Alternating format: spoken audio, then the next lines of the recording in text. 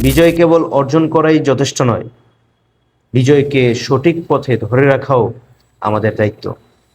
আমরা যদি সত্যিই বিজয়ের মর্যাদা রক্ষা করতে চাই, তবে আমাদের আচরণ, চিন্তা, কর্ম, ন্যায়, ইনসাফ, সহনশীলতা এবং মানসিকতার পরিচয় দিতে হবে। আসসালামু আলাইকুম রহমতুল্লাহ বারাকাতু। আজ ঐতিহাসিক 5ই আগস্ট, অর্থাৎ ফেসিবাদ পতনের সেই ঐতিহাসিক বিজয়ের দিন। 2024 সালে 5ই আগস্ট বাংলাদেশের রাজনৈতিক ইতিহাসে এক স্মরণীয় দিন।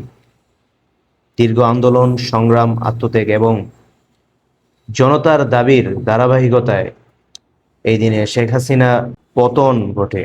অনেকের কাছে এটি স্বৈরাচারের অবসান ও পরিবর্তনের সূচনার প্রতীক হিসেবে স্মরণীয়। আজ আমরা গভীর শ্রদ্ধার সাথে স্মরণ করি সেই সকল মানুষকে যারা এই আন্দোলনের বিভিন্ন পর্যায়ে জীবন দিয়েছে, আহত হয়েছেন, নির্যাতন সহ্য করেছেন কিংবা নানাভাবে অবদান রেখেছেন। তাদের ত্যাগ বাংলাদেশের ইতিহাসে চিরস্মরণীয় হয়ে থাকবে। কিন্তু বিজয় কেবল অর্জন করাই যথেষ্ট নয়, বিজয়কে সঠিক পথে ধরে রাখাও আমাদের দায়িত্ব। আমরা যদি সত্যিই বিজয়ের মর্যাদা রক্ষা করতে চাই, তবে আমাদের আচরণ, চিন্তা, কর্ম, ন্যায়, ইনসাফ, সহনশীলতা এবং মানসিকতার পরিচয় দিতে হবে।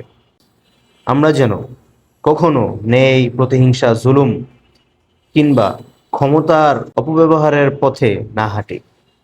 ফ্যাসিস্টদের বিরোধিতা করে অর্জিত কোনো বিজয় তখনই অর্থবহ হয় যখন আমাদের নিজেদের আচরণও ফ্যাসিস্টদের কোনো ছাপ থাকবে না। মতের ভিন্নতা থাকতে পারে কিন্তু ঘৃণা নয়, সমালোচনা থাকতে পারে কিন্তু অন্যায় নয়, দৃঢ়তা থাকতে পারে কিন্তু জুলুম নয়।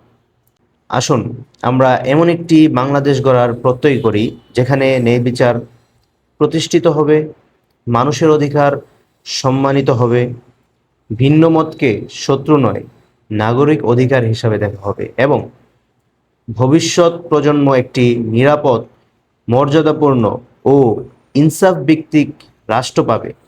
আল্লাহ তাআলার কাছে আমার এই দোয়া, তিনি যেন আমাদের সত্য ও ন্যায়ের উপরে অটল রাখেন এবং অহংকার ও জুলুম থেকে হেফাজত করেন এবং দেশকে শান্তি, ন্যায় ও কল্যাণের পথে পরিচালিত করেন।